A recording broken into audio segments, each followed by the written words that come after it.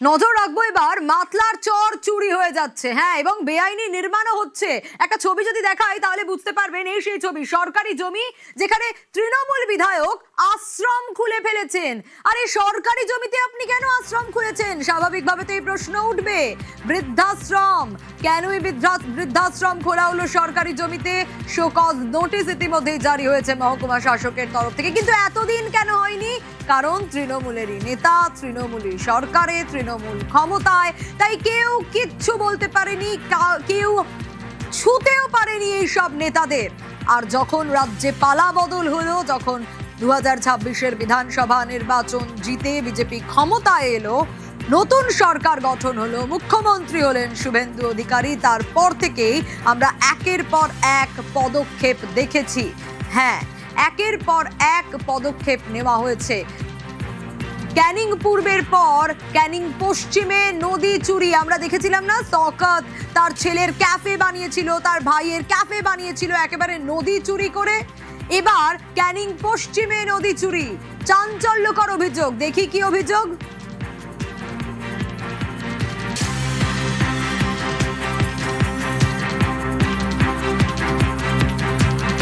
দীর্ঘ প্রায় 5 বছর ধরে এই আশ্রম 2021 বিধানসভার আগে তৈরি করেছিলাম। এই বৃদ্ধাশ্রম পুরোটাই ফ্রি অফ কস্টে আমরা চালাই। এই 4 তারিখের পরে 1 মাস হলো এসডিও সাহেবকে দিয়ে চিঠি পাঠিয়ে বলা হচ্ছে যে এই আশ্রম ভেঙে দিতে হবে।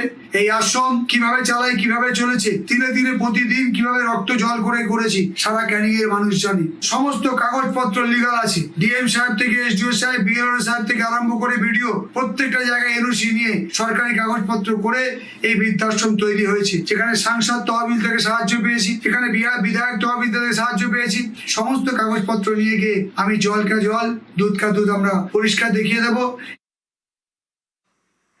অনুপ রয়েছে আমার সঙ্গে। অনুপ, ঠিক কি কি অভিযোগ রয়েছে এনার বিরুদ্ধে?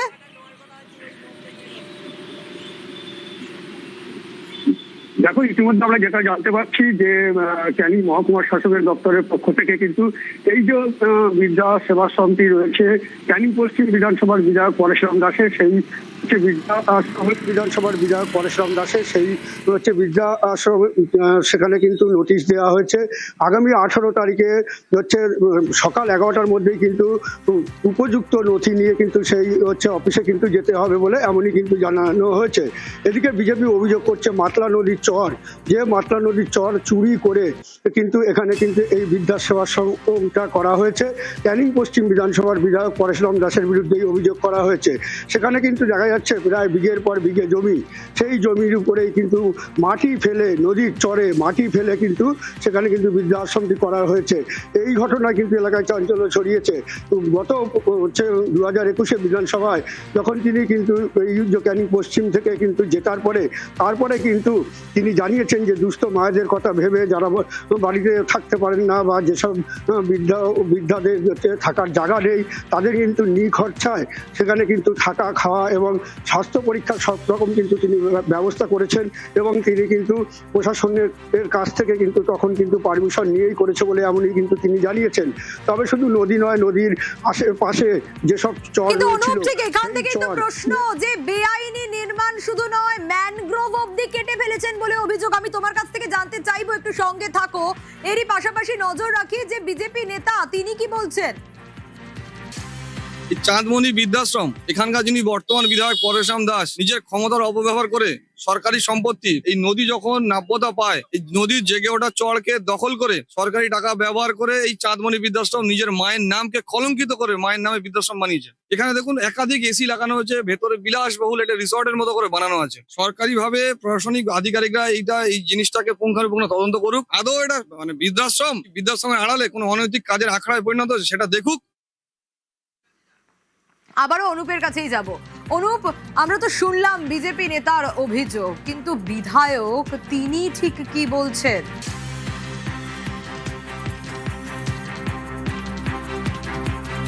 দেখো, বিধায়ক যিনি জানিয়েছেন যে 2021 বিধানসভা ভোটে তিনি যখন জয়লাভ করেছেন তৃণমূলের থেকেই কিন্তু তিনি কিন্তু এই হচ্ছে ক্যানিং পশ্চিমে কিন্তু জয়লাভ করার পরে তিনি কিন্তু এই মাতলা যে নদী রয়েছে সেই নদীর মধ্যে যে চর রয়েছিল সেই চরে কিন্তু তিনি কিন্তু যে বৃদ্ধাশ্রমটি করেছেন সেটা কিন্তু প্রশাসনের পক্ষ থেকে কিন্তু সবকিছু ব্যবস্থা করেছিলেন বলে তিনি কিন্তু এমনই কিন্তু জানিয়েছেন। তবে এই যে 2026-এ পালা বদলের পরে যখন বিজেপি সরকার ক্ষমতায় এসেছে একের পর এক, যেমন একদিকে আমরা দেখিয়েছিলাম যে শওকত মোল্লা তার বিরুদ্ধে কিন্তু নদী চুরি, এমনকি মাছ চুরির মতনও এমনই ঘটনা, বিদ্যুৎ চুরির মতনও ঘটনা কিন্তু দেখানো হয়েছে। সেখানে কিন্তু এবার কিন্তু ক্যানিং পশ্চিম বিধানসভার বিধায়কের বিরুদ্ধেও কিন্তু বিজেপি অভিযোগ করছে তিনি কিন্তু নদী চুরি করে যে বৃদ্ধাশ্রমটি তৈরি করেছে সেটা কিন্তু অবৈধভাবে তৈরি করা হয়েছে। তবে সেই ঘটনায় কিন্তু ক্যানিং পশ্চিম বিধানসভার বিধায়ক তিনি কিন্তু জানিয়েছেন তিনি কিন্তু সব রকম প্রশাসনিক ব্যবস্থা করেই তবে কিন্তু এখানে সেই হচ্ছে বৃদ্ধাশ্রমটি তৈরি করা হয়েছে বলে তিনি কিন্তু জানিয়েছে। তবে আইনের মতন চলবে, তবে সবকিছু তিনি সহযোগিতা করবেন বলে এমনই তিনি আশ্বাস দিয়েছেন। একেবারেই অনুপ, আমরা দেখলাম যে এবার ক্যানিং পশ্চিম সেখানেও ভয়ঙ্কর অভিযোগ উঠে আসছে এই বিধায়কের বিরুদ্ধে, কিন্তু এই পরেশ রাম তার কি বক্তব্য দেখি। দীর্ঘ প্রায় 5 বছর ধরে এই আশ্রম 2021 বিধানসভার আগে তৈরি করেছিলাম। এই বৃদ্ধাশ্রম পুরোটাই ফ্রি অফ কস্টে আমরা চালাই। এই 4 তারিখের পরে এই 1 মাস হলো এসডিও সাহেবকে দিয়ে চিঠি পাঠিয়ে বলা হচ্ছে যে এই আশ্রম ভেঙে দিতে হবে। এই আশ্রম কিভাবে চালাই, কিভাবে চলেছে, দিনে দিনে প্রতিদিন কিভাবে রক্ত জল করে করেছি সারা ক্যানিং এর মানুষ জানে। সমস্ত কাগজপত্র লিগাল আছে, ডিএম সাহেব থেকে এসডিও সাহেব, বিএলও সাহেব থেকে আরম্ভ করে ভিডিও প্রত্যেকটা জায়গায় এনওসি নিয়ে সরকারি কাগজপত্র করে এই বৃদ্ধাশ্রম তৈরি হয়েছে। যেখানে সাংসদ তহবিল থেকে সাহায্য পেয়েছি, এখানে বিধায়ক তহবিল থেকে সাহায্য পেয়েছি।